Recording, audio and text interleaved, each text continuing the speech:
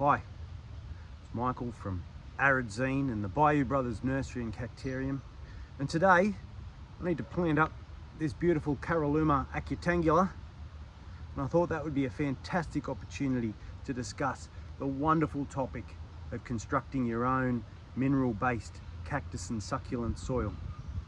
There are three things that I want to cover off on today. Number one, I want to give you a very broad understanding of the nature of soil and mineral-based soils in particular to help you construct your own mix. The second thing I'm going to do is I'm going to show you my own mix, talk about the considerations that went into using these different components that I use, the ratios that I use them in, all those sorts of things as an example, not necessarily to copy for yourselves, but to give you an understanding of some of the processes involved. And then the third thing I'm going to talk about are some of the ways that we can amend the soil, whether that's to suit a particular species, whether that's to address a particular problem in our context. Bit of a talk about adding things to our soil.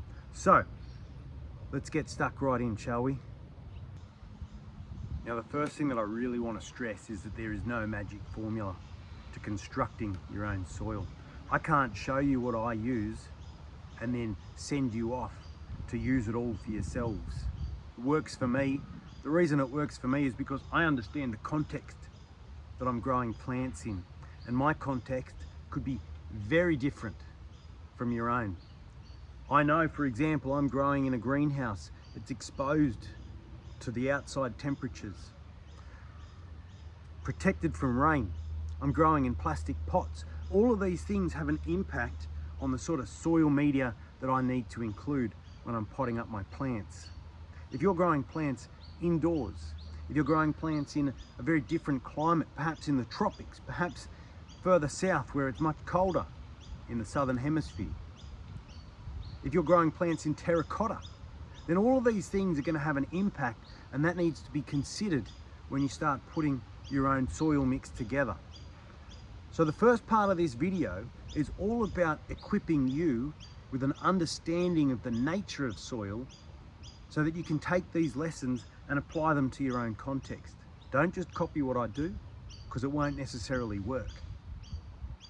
Now, there are three things that we need to understand about soil as we start putting our mix together. Soil has three purposes. The first one is about moisture retention and porosity. Right? Porosity, talking about the gaps in the soil that enable moisture to soak through, enable oxygen to permeate around the roots. We're growing arid plants here, plants that thrive in drier environments. And it comes as no surprise then that they don't want to have soil that is continually waterlogged. They don't want their roots sitting in water permanently. That doesn't mean that they don't want moisture and access to moisture. How do we do this? Well, and this is why really we're making a mineral-based soil. We want to increase the porosity, the gaps that exist between the soil particles. Now, when we talk about creating gaps in the soil, we can talk about different particle sizes. For example, you can see these are pieces of pumice. Now, very large soil components, and these large soil components create gaps between them through which water can pass, through which oxygen can be accessed by the roots. When we look at smaller particle sizes, for example, here's a handful of granite, right? Smaller particle sizes don't enable that passage through the soil as easily. Now, that's not to say we should only be using soil of this size. We need a good mix. However, if you're using particles that are too small, too dusty, what it will actually do is it will hold onto water.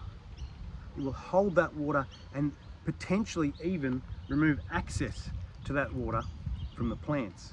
That's why these plants in particular, won't grow very well in clay soils, because clay, the particles are very small and plants can't access that water. So to create a very porous soil, we must ensure that we're using some larger, more porous soil components to create gaps in our soil for both air and moisture to move through. That's what creates a really well draining soil. The second thing that we need to give consideration to when we're thinking about soil is access to nutrients. Now, we're building a mineral-based soil here today, and these minerals will release trace elements of nutrients to the plants. However, it's also important to recognize that most of the nutrients that plants need will not come from these minerals. So we have two options. We can either incorporate a bit of an organic mix, or should we choose to avoid doing so, we're going to need to amend our watering to include quite regular fertilization. I'm going to be using some organics in this soil. Just because it's mineral based doesn't mean that it is only minerals, but you might choose to do that. Just be aware that you'll need to water with fertilizer on a regular basis. The third thing that soil does is it provides structure for plants to grow in. Unless you're growing very large plants, very tall plants, that isn't the biggest consideration that we have today, but it is important that plants have something that they can anchor their roots to. In nature, this might be, rocks under the soil. I do like to put some chunkier things in my soil for things to access, to hold them in there. I do grow some taller plants. You'd see old school cactus and succulent growers would talk about smashing up a terracotta pot, putting the crocks inside their pots to provide something for their plants to hold on to. And I'll have some, not the same, but I suppose similar strategies to enable plants to have those structural components to grip onto. So remember, three things: moisture, nutrients, and structure. That's our goal. And of course, when it comes to moisture, small particle sizes, greater water retention, less porosity, not necessarily a bad thing according to your context. Larger particle sizes, they're going to allow more moisture movement through the soil. Also means that you might need to water more regularly. Some other considerations. So, that being said, we might get stuck into potting up that plant, and I'll talk to you all about the different aspects of my soil. Now we're ready to pot up. What are we going to need before we do this? A few things I find quite useful and very important. Number one, a sieve. In this case, this is a sieve with 1mm holes. Just allows me to get rid of the real fine dusty media from my minerals that would otherwise clog up the pores that enable water to pass through. Very useful bit of kit, this one. Also, safety, very important. Something to protect your lungs, whether that be a dust mask or something a bit more heavy duty like this. Just prevents any of those very fine silicates from getting into your lungs and really fucking you up in the long term. So, something to consider. And obviously you need your media. We'll have a look at the different components going from here. So, and I'll write this down for you on something to see on the screen. But what I use, first of all, 2 parts of very coarse pumice. Pumice, like this, white volcanic mineral. Fantastic mineral component for soil mixes for cactuses.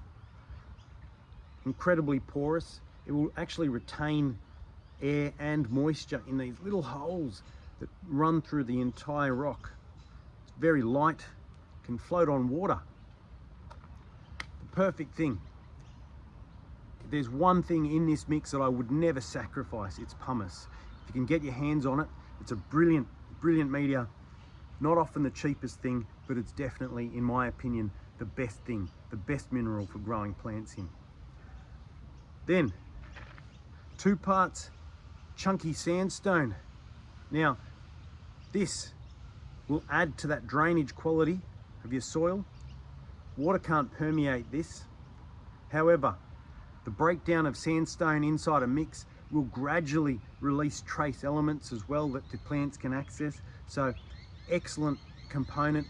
Now, this is incredibly chunky, and this is what would replace those crocks that I was talking about before to provide structure. You can see the texture of pieces like this give the plant root something really strong to grip onto. Now, just a note, when it comes to sandstone and indeed sand, a lot of people think just adding sand to an organic mix will provide improved drainage. But like I said before, you have to be really careful about the size of the particles of the things that you're adding. No problems with something like this. However, a lot of the sands that you can buy at hardware stores are really dusty and they'll actually clog up a soil. So just be very mindful of that. I don't use sand at all. However, I know some people swear by it. Aim for coarse sand. The bigger, the chunkier bits that you can get in your sand, the better, in my opinion. So 2 parts pumice, 2 parts sandstone, and I've got 2 parts decomposed granite. Now this is sifted down so that the largest pieces, they're about 3 or 4 millimeters, and the smallest pieces are about 1 millimeter. Another great mineral that releases some trace elements into the soil. The smaller particle sizes in this instance will aid with a bit of water retention. It's also very slightly acidic, and that suits the needs of my plants, which may not necessarily suit the needs of your plants. And I'll talk about that a bit more when I get to part 3 in the soil amendments. So 2 parts granite, then 2 parts organic cactus mix. This is just a store-bought mix. For the most part, that stuff's made out of composted pine bark and other, you know, chunky bits of decaying wood. Helps with the soil moisture retention, organic release of nutrients, those sorts of things. Again, it's up to you. You might be a purist and want to go all mineral. That's totally fine. So 2 parts store-bought cactus mix. Then I've got 1 part zeolite, which is this pinky angular mineral. Zeolite's got a really interesting component to it. Not only does it really aid with the drainage, but it holds on to nutrients and then releases them slowly into the mix. It almost acts like a slow release fertilizer for any nutrients that are exposed, rather than them washing through the mix in a burst, being released extremely quickly, causing issues with bursts and lags of growth. It kind of stabilizes nutrient release. So it's a really beneficial thing to add into a mineral mix, and indeed any mix. Any mix can deal with zeolite. It's a fantastic mineral, and it's becoming far more frequently available in nurseries. And the last thing that I'm including, this is vermiculite. Vermiculite is another volcanic, extremely porous, very light mineral, typically used in seed raising mixes. I'm only using 1 part of vermiculite here, just aids with water retention. It's a very retentive mineral, and the mix that I've created here is exceedingly quick draining. And so I want to hold on to a bit of moisture, particularly in Sydney summers where they can get quite hot and very dry. I don't need to be watering these plants every single day, so a little bit of moisture retention is worthwhile. But again, know your context, because vermiculite may not suit every single growing context. So that's my mix. I'm going to put it all together, all right, mix it all up, and I'll show you how it looks.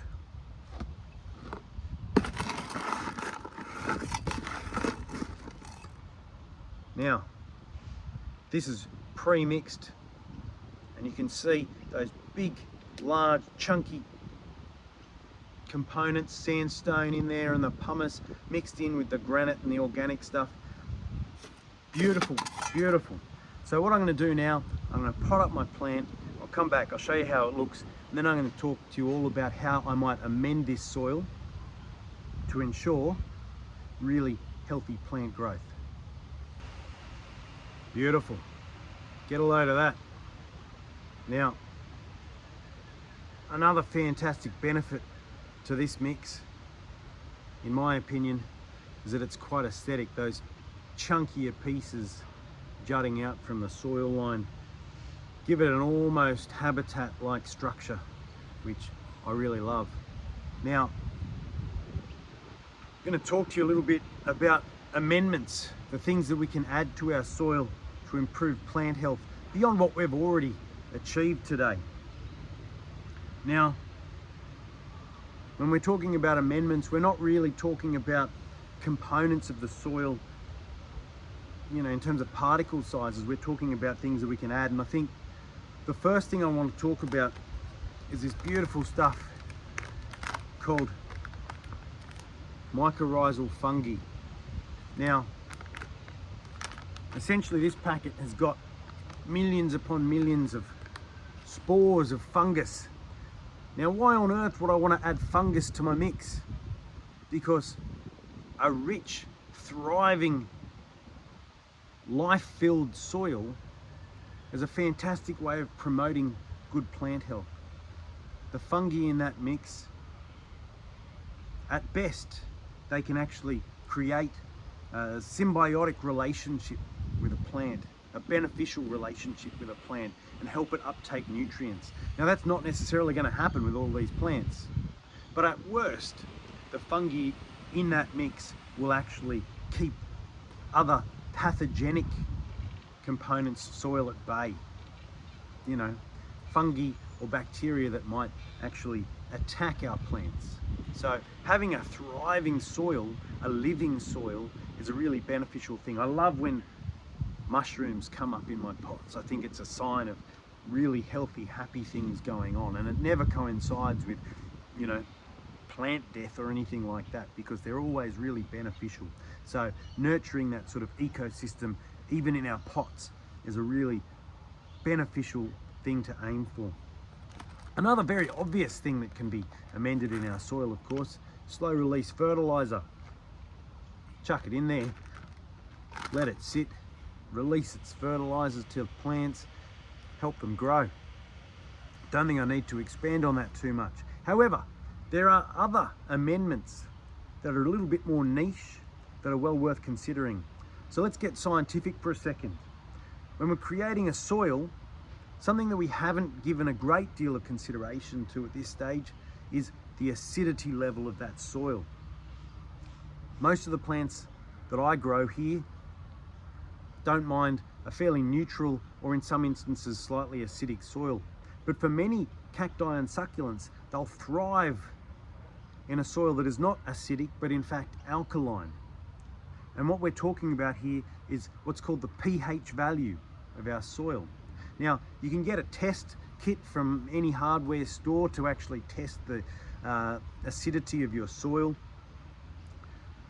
When we're growing things like, for example, an Aztecium, these small Mexican miniature cacti, they don't want necessarily an acidic soil. They might want a more alkaline soil. We can add things like lime to our mix. Sprinkle a lime to raise the pH value, make it more alkaline. And that can be a beneficial thing. There are also ways to reduce the pH value. We could use something like agricultural sulfur, powdered sulfur. Typically though, what you'll find is most of the components will veer more towards the acidic side. So very rarely do we create something, a soil mix, that then needs to be amended by making it more acidic. So lime's a good one to consider if you want to raise plants that need that more alkaline soil. And it's well worth doing some research into the natural habitats of your plants to get a sense of what sort of soil acidity they need. There are also other interesting things that we can throw into a mix to promote plant health. Various elements that release trace nutrients, things like volcanic rock dust, azomite, you know, palagonite. These are quite niche products.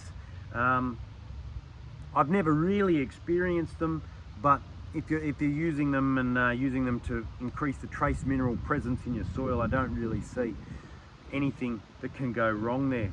Just be aware that they can often be fairly pricey, and they're not really necessary, especially since we are creating a mineral mix here that's got quite a lot of trace minerals embedded throughout it anyway.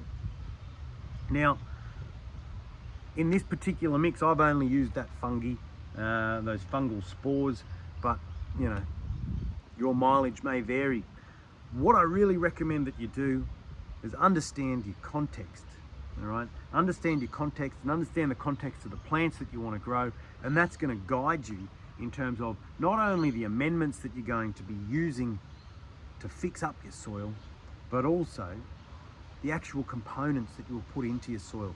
Because when you understand where you live and where your plants live, you bring it all together, that's when the magic happens, and that's when you can start creating soil mixes based on minerals that help your plants to thrive. Why does any of this matter? Because when you've got healthy plants not only grow well, they resist pests, and you get an easier, more enjoyable experience out of the process of growing your plants. Anyway, that's everything I've got to say on this topic. If you've got any questions, by all means, hit me up in the comments section. You can follow me on Instagram at bayou.brothers, or, you know, you can just go on about your own business and pretend I don't even exist. Whatever makes you happy. If you want to subscribe, I won't say no, but I won't tell you have to either. And just be aware, sometimes I do sell plants when I got a bit of space that needs to be cleared. You can go to bayoubros.com.au and order a plant as well. Anyway, that's everything from me today. Have a good one.